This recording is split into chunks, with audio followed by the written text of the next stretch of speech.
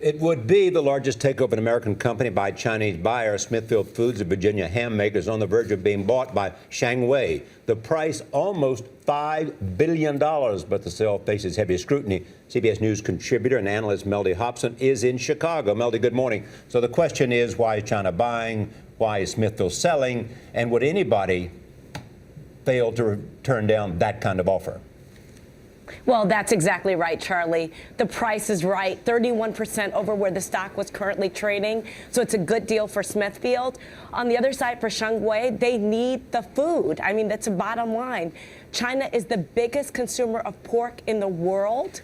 They've had food safety issues there, so they get the safety of the United States and our methodology and our standards. And there have been some talk about the fact that the Chinese government is gently nudging corporate investors to move beyond just buying our debt, our treasuries, and buying hard assets in terms of companies here. But Mellody, what about this? I mean, Smithfield is an iconic American brand. They have 460 farms across the United States. I looked this up. They are the world's biggest hog producer, almost 16 million hogs per year.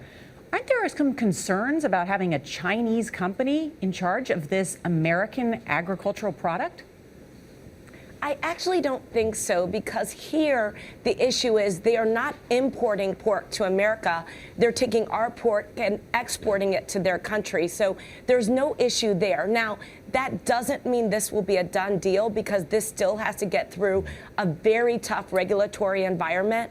And who knows what the regulators will say. The Committee on Investment in the U.S., they have to approve this deal, and there's a chance they'll say no. They've nixed a couple of deals recently.